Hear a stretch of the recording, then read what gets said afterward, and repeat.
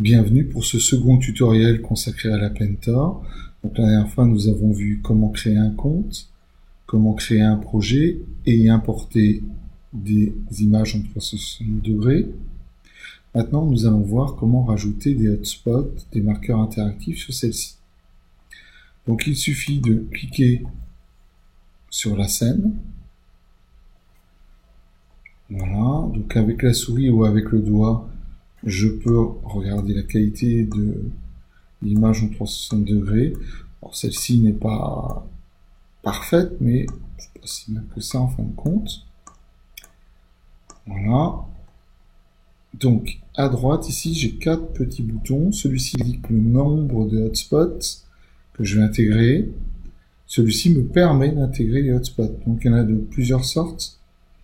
Point hotspot. Donc en fait, c'est un point qui me permet de passer d'une scène à une autre. Donc ici, ça me permet d'aller sur la scène Obsidian. Je n'oublie pas d'enregistrer. Save. Ça, il ne fait pas toujours automatiquement. C'est un point faible. Alors là, ça peut poser problème parfois avec l'iPad. Alors attention, le bouton Save, justement, sur l'iPad, on ne le voit pas complètement. Donc il faut bien descendre tout en bas de l'écran pour pouvoir appuyer dessus et sauvegarder ainsi donc le hotspot. Donc je ferme, là je vais en rajouter un second. Alors je pourrais mettre du son directionnel, une image, une vidéo, un article, donc c'est une zone de texte un peu plus importante, ou alors une petite zone une bulle de texte info ou un lien. Je vais choisir ici article.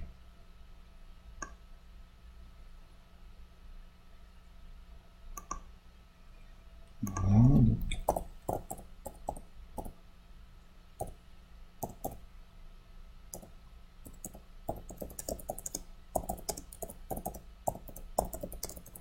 Voilà. Je peux mettre mon texte en gras. Oui, j'ai tout ce qu'il faut ici pour me mettre en forme. Le label, donc c'est la petite bulle. Alors, je peux mettre amphithéâtre pour que ce soit plus explicite, par exemple. Et je sauvegarde. Voilà, l'indicateur me dit bien que j'ai 2 hotspots. Je vais faire la même chose pour l'Obsidian. Donc là, je vais mettre par exemple une petite bulle de texte.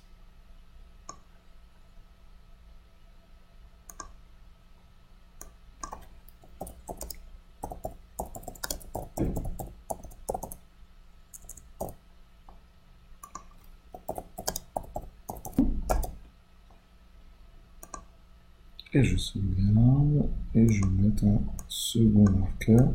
Alors le nombre de hotspots, il est par scène. Donc là aussi, je vais mettre un point hotspot qui me permet de revenir à la chapelle.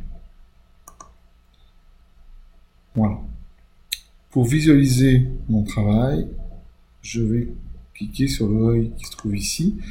Alors attention, sur l'iPad, on ne le voit pas. Donc il faut penser avec le doigt à poser le doigt sur le menu de gauche, à tirer, et là on le voit apparaître. Ah, c'est un petit peu particulier. Donc là j'ai un petit thème graphique avec un petit navigateur qui me permet de passer d'une scène à une autre. Donc là j'ai bien la porte d'origine. Voilà.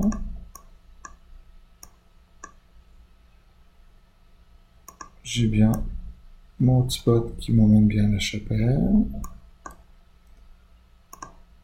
Mon article c'est un peu différent.